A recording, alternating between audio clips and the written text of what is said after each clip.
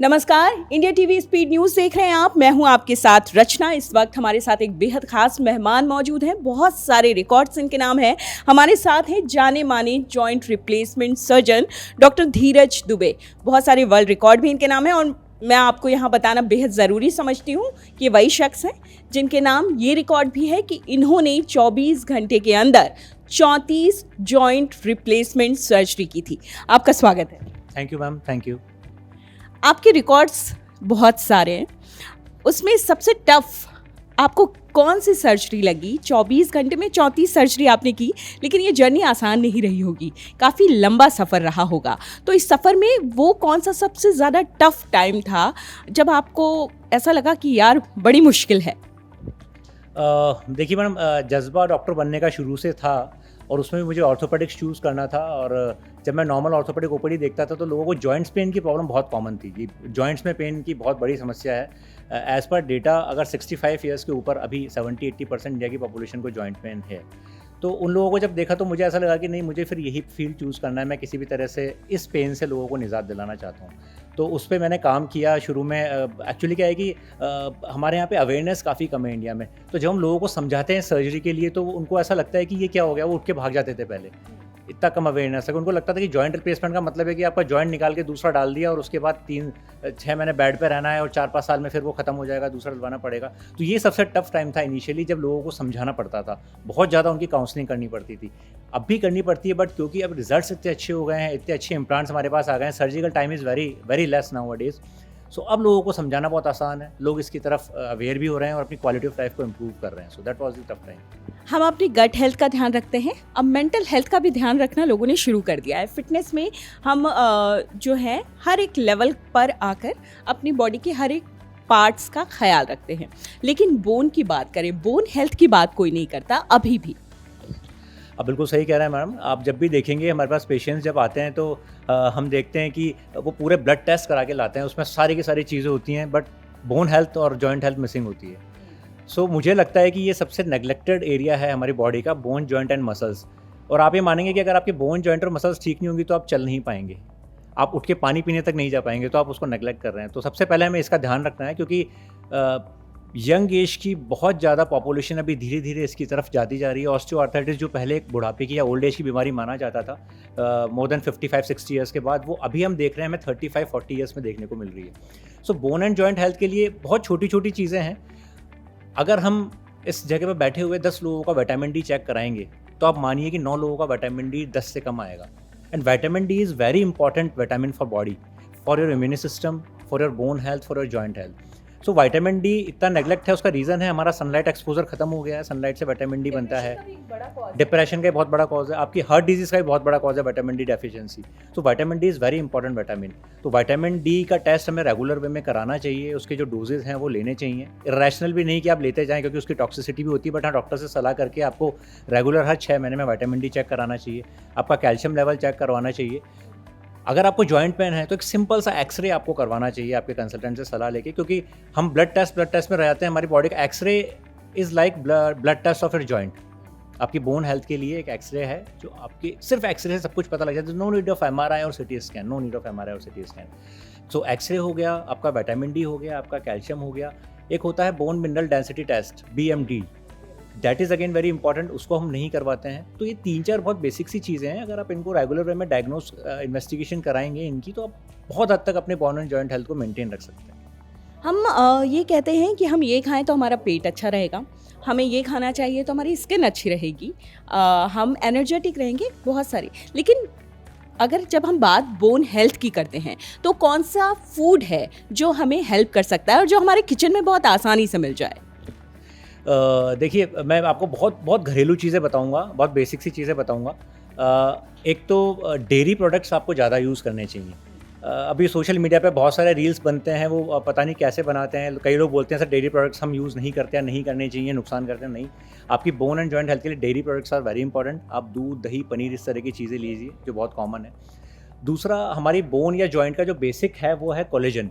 Collagen का जब नाम आता है तो आप हमेशा फेस पे, स्किन पे चले जाते हैं। मैं भी अभी यही सोच रही थी। तो लोग बोन के बारे में नहीं सोचते, वो सोचते हैं कि इससे हमारी स्किन अच्छी होगी, गोरी होगी, शाइनी रहेगी, कसावट आएगी। बट आप मानेंगे जो आपकी बोन एंड जॉइंट है उनका बेस भी कोलेजन है। सो आप उसको उस नज़रिए से भी देखिए तो आप ज़्यादा अच्छी तरह कर पाएंगे। सो प्रोटीन डाइट आपको लेना है आपकी मसल हेल्थ के लिए। तो हाई प्रोटीन में अगर आप एग खा सकते हैं तो एग लीजिए daily, otherwise you can eat this हरी सब्जियां, दालें, सोयाबीन। दूसरा आया ऑक्सीडेंट एंड एंटीऑक्सीडेंट। हमारी बॉडी का जब ऑक्सीडेशन होता है तो उसका डीजनरेशन जल्दी होता है। आपने देखा होगा अगर लोहे पे जंग जो लगता है, जो रस्ट लगता है, that is due to oxidation. ऐसे ही हमारी बॉडी में भी जंग लगता है। तो अभी ऑक्सीडेशन ज़्यादा हो रहा है बॉडी में। आज की जो एनवायरनमेंट है, जो पॉल्यूशन है, जो केमिकल मिक्स फूड हम ले रहे हैं, उससे बॉडी का ऑक्सीडेशन जल्दी हो रहा है। तो we have to take maximum antioxidants. हमें एंटीऑक्सीडेंट्स लेने हैं। आपने एंटीऑक्सीडेंट्स की बात की है, इसका बाजार भी बहुत बड़ा है। मैं उस बाज़ार पर नहीं जाऊंगा, मैं आपको बेसिक चीज़ें बताता हूँ। एंटीऑक्सीडेंट्स के लिए आप विटामिन ई लें। विटामिन ई फिश ऑयल में हो सकता है, विटामिन ई के कैप्सूल्स आते हैं बहुत कॉमनली, वो आप डेली ले सकते हैं। सिट्रस फ्रूट जो होते हैं जैसे ऑरेंज हो गया या सिट्रस, विटामिन सी इनके अंदर होता है। Vitamin C is also antioxidant, तो आप नेचुरल सिट्रस फ्रूट से ले सकते हैं। गार्लिक में बहुत अच्छी कैपेसिटी होती है एंटीऑक्सीडेंट्स की। आप सुबह उठ के रोज़ गार्लिक का एक पीस ले सकते हैं। तो ये चीज़ें अगर आप डेली रूटीन में भी लेंगे तो आई थिंक आपको कोई सप्लीमेंट्स की ज़रूरत पड़ेगी ही नहीं। ये नेचुरल एंटीऑक्सीडेंट, टर्मरिक, हल्दी, that is again very good natural oxidant, antioxidant. हाँ, एक्सेस नहीं लेना है आपको। छोटा सा चम्मच भी एक दूध में किसी में डाल के डेली रहता है, it's more than sufficient for antioxidant. तो अगर आप इनको लेंगे तो आप अपने बोन एंड जॉइंट हेल्थ को बहुत अच्छा मेंटेन कर सकते हैं। मैं फीमेल्स के लिए ख़ास तौर पर आपसे बात इसलिए करना चाहती हूँ क्योंकि जैसा कि मैंने सुना है कि फीमेल्स में बोन्स की प्रॉब्लम बहुत ज़्यादा आने लगती है 30 के बाद। बोन डेंसिटी कम होने लगती है और जॉइंट रिप्लेसमेंट की बढ़ती संख्या फीमेल्स में बहुत ज़्यादा है। तो ऐसी स्थिति में फीमेल्स क्यों अपनी बोन हेल्थ को इतना इग्नोर करती हैं और फीमेल्स के लिए क्यों ज़रूरी है उनकी हड्डियाँ 30 के बाद ख़ास तौर पर जो मजबूती खोने लगती हैं वो मजबूत बनी रहें, और उसके लिए हमें क्या करना चाहिए? देखिए, females are more prone to get this bone weakness, osteoporosis and osteoarthritis genetically, because उनका जेनेटिक मेकअप ही ऐसा है। बट अभी भी हम देखेंगे मैम कि हमारी इंडियन पॉपुलेशन में बहुत सारी फीमेल्स, बहुत ज़्यादा परसेंटेज है वो हाउस वाइफ्स का ही है। हाउस वाइफ्स क्या करती हैं फीमेल्स को? पहले तो मैं नारी शक्ति इज़ वेरी इंपॉर्टेंट, मैं बहुत धन्यवाद देना चाहूँगा। वो खुद के शरीर को कॉम्प्रोमाइज़ करके अपनी फैमिली का ध्यान पहले रखती हैं। तो उनका पूरा ध्यान अपने बच्चों की परवरिश पे, अपने हस्बैंड की परवरिश पे इन पे लगता है। वो उनके लिए सब कुछ करती हैं, बट वो खुद के लिए इतना नहीं कर पाती। तो एक सबसे बड़ा रीज़न जो है वो दैट इज़ न्यूट्रिशनल डेफिशिएंसी, जो वो प्रॉपर नहीं लेती हैं। तो that is most important. Second, वो अपने बॉडी को फिजिकल एक्टिविटी के लिए टाइम नहीं देती। वो अगर हम उनसे पूछेंगे, बहुत सारे फीमेल्स में ये सब मैं अपने पेशेंट्स के ओपीडी के एक्सपीरियंस पे बोल रहा हूँ। हम उनसे पूछते हैं कि आप क्या करते हैं, तो बोले सर मैं पूरे घर का काम करती हूँ, तो मेरी फिजिकल एक्टिविटी तो हो जाती है। नहीं, ऐसा नहीं है, that is not physical activity. मैं उसको पर्सनली मजदूरी बोलता हूँ, क्योंकि वो आपकी बॉडी की हेल्थ के लिए नहीं है। फीमेल्स बार बार ज़मीन पे उठना बैठना, स्टेयर्स, काम, घरेलू कामों में लगी रहती हैं। ज़मीन पे बार बार उठना बैठना और सीढ़ी चढ़ना उतरना आपके जॉइंट्स के लिए अच्छा नहीं होता एक एज के बाद। So you must avoid this activity, और जितना कम कर सकते हैं उसको कम करें, क्योंकि वो अच्छी नहीं होती। तो फीमेल्स जो हाउस वाइफ्स हैं उनमें ये सब चीज़ें बहुत ज़्यादा रहती हैं। न्यूट्रिशन डेफिशिएंसी, फिजिकल एक्टिविटी के लिए टाइम नहीं देना, ये ऐसी एक्टिविटीज़ करना जो जॉइंट्स को ख़राब कर रही हैं। तो ये सब चीज़ों के कारण ही उनके अंदर ये ऑस्टियोआर्थराइटिस और ऑस्टियोपोरोसिस बहुत कॉमनली और बहुत अर्ली एज में हो जाता है। और सेकंड, दूसरा बड़ा रीज़न है मीनोपॉज, जो आजकल बहुत अर्ली एज में हो रहा है। सो मीनोपॉज भी एक बहुत बड़ा रीज़न है, जिसके बाद हार्मोनल चेंजेस हो जाते हैं और आपकी बोन्स और जॉइंट्स वीक होने लगते हैं। आपके पास जो भी पेशेंट्स आते हैं, जॉइंट रिप्लेसमेंट के अलावा कौन सी हड्डियों की समस्याएं लेकर सबसे ज़्यादा उनकी संख्या है, सबसे ज़्यादा आते हैं? सबसे ज़्यादा जो प्रॉब्लम है लोगों को वो है स्पाइन की, कमर दर्द की। Back pain is very most common important, and second जो है वो आता है जॉइंट पेन। ये दो चीज़ें बहुत कॉमन है। और इसके लिए जाहिर सी बात है अपना पोस्चर करेक्शन का जो है वो सभी देते हैं। क्या कोई ऐसी टिप्स और ट्रिक्स हैं जिसके आधार पर हम अपनी ये दोनों हेल्थ को फिट रख सके, हेल्दी रह सके? देखिए, बोन और जॉइंट्स के लिए जो न्यूट्रिशंस वगैरह होते हैं मैंने आपको एक्सप्लेन कर दिए हैं। बट आपकी बोन एंड जॉइंट में इंजरी ना हो और वीक ना हो, उसके लिए आपके मसल्स को स्ट्रेंथ रखना भी बहुत ज़रूरी है। सो अभी आपने देखा होगा कि लोग अवेयर हुए हैं हेल्थ के लिए, बट वो हम उनसे पूछते हैं कि आप क्या करते हैं अपनी हेल्थ के लिए, तो बोलते हैं हम रोज़ 5-6 किलोमीटर वॉक करते हैं। It's good for your heart, your lungs, your brain, it's good. But आप मानिए, पहले जो माना जाता था कि बॉडी बिल्डिंग है वो सिर्फ यंग लोगों की या बॉडी बिल्डर्स के लिए ही स्ट्रेंथनिंग एक्सरसाइज होती है, ऐसा नहीं है।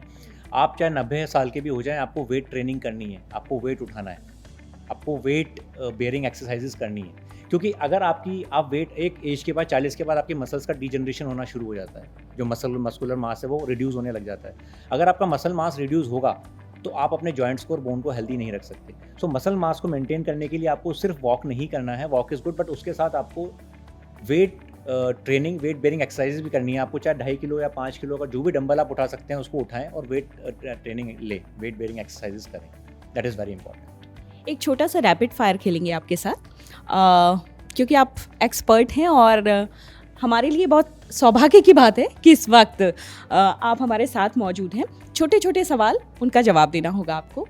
5 सुपर फूड्स फॉर बोन। दही, दूध, पनीर, गार्लिक, हो गए 5। हमारी बोन्स के लिए 5 ऐसी चीज़ें जो हमें नहीं करनी चाहिए। कैफीन, कॉफ़ी आप लें बट एक लिमिट में। अगर आप डेली 4-5 से ज़्यादा कॉफ़ी ले रहे हैं तो that is not good. So coffee हुआ, स्मोकिंग हुआ, अल्कोहल हुआ, एक्सेसिव आपका फ्लोर से उठना बैठना हुआ और excessive stairs. Best exercise for good bones. Weight training, आपको वेट लेना है, वॉकिंग करनी है, cycling you can do. Running in my perception after age of 40-45 is not good for your joints. So just avoid treadmill if you are having pain in your joints. सो आप walk कर सकते हैं, आप cycling कर सकते हैं, आप muscle के लिए वेट ट्रेनिंग कर सकते हैं। These are good exercises.